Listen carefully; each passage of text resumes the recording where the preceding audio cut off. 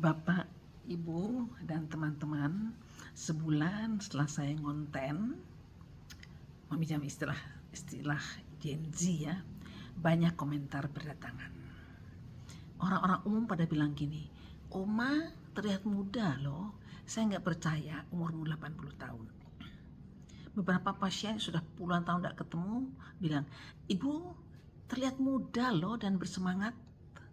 Nah, mahasiswa-mahasiswaku dulu yang sekarang sudah pada jadi dokter, ada yang bilang gini, Dok, kok masih seperti dulu aja, bahkan saya masih ingat banget bunyi sepatumu ketika masuk kelas. Dan ini yang terbaru dari temanku di bisnis. Hey Bu Nana, you still look young and energetic. Bless you. Wow, bersyukur banget, kepalaku gede. Saya bisa memberikan sesuatu pada banyak orang.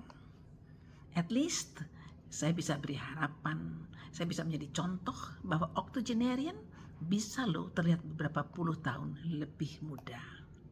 Bapak, Ibu, dan teman-teman, tentu di belakang itu ada pertanyaan, kok bisa begitu sih? Apa sih resepnya? Well, saya tidak akan memberikan resepnya, namun saya bisa menceritakan apa yang sudah kulakukan selama ini. Utamanya masa tua yang sehat, kuat dan gembira pasti didahului oleh masa muda yang sehat. Saya beruntung banget bahwa saya tidak punya penyakit alergi, sebab ibuku dan putriku pada punya penyakit alergi, kasihan ya. Tentang olahraga, sejak kecil saya sudah les balet, les ini itu banyak. Kalau siang tidak pernah tidur, banyak saya kerjakan. Ketika remaja, saya ikut kelas senam.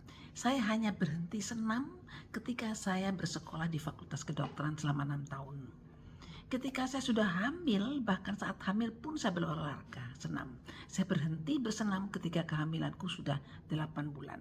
Setelah lahir, kembali lagi. Jadi saya aktif banget bersenam. Bapak Ibu, saya punya cerita loh. Saya kemudian jalan kaki untuk mencapai 10.000 langkah setiap hari. Dan suatu hari aku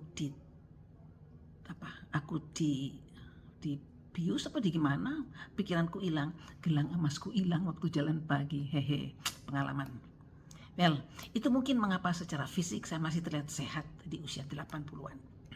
Sekarang saya ingin ceritakan mengapa di balik rambut putih ini masih terlihat sebuah semangat besar. Teman, itu yang disebut sebagai pancaran energi. Pancaran wajah dan cara bicara yang penuh semangat, optimisme. Saya yakin itu terjadi karena saya punya growth mindset. Naner punya pola pikir yang berkembang. Bagaimana sih growth mindset itu? Sedapat mungkin dalam keadaan apapun, Naner harus berpikir positif selalu. Contohnya banyak.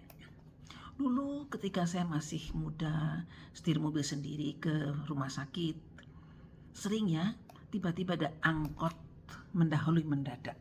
Kaget. Rasanya mau mengumpat. Tapi pikiran positifku bilang, mungkin sopir angkot ini sangat terburu-buru wong deknen golek duit. Sementara aku kan hanya perlu kerja ke rumah sakit. So, biarin deh, kasihan. Ini contoh lain lagi. Ketika seorang teman kerjaku mengkhianati aku, saya sedih banget. Udah ditolong kayak begitu, kok bisa menghujam dari belakang. Sakit rasanya.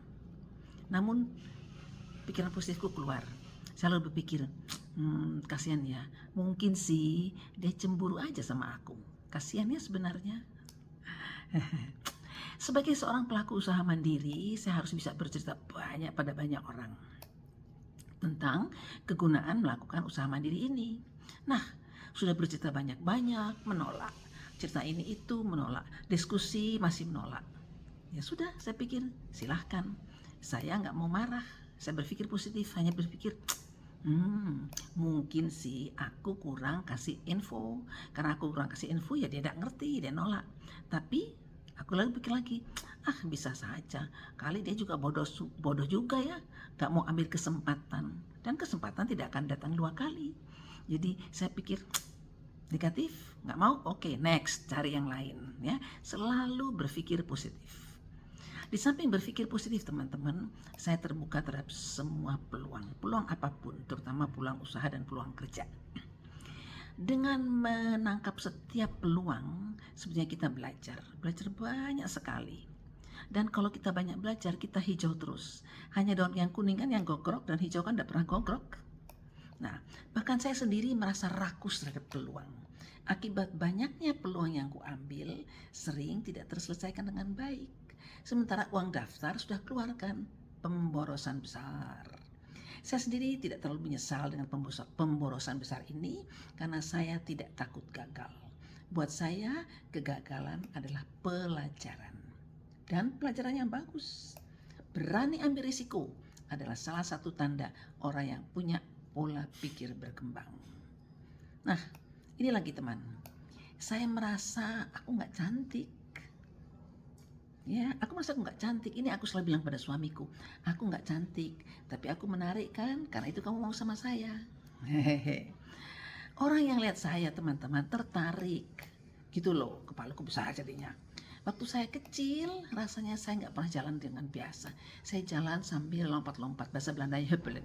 Ya, lompat-lompat dengan tangan terbuka, kayak orang gembira terus, nggak bisa jalan biasa. Itu semua kenapa teman? Karena saya punya rasa percaya diri yang besar. Di dalam diriku aku yakin aku bisa, aku kuat. Semua rasa bersih kuat. Public speaking berani-berani aja aku, kenapa enggak? Asal materi harus kukuasai.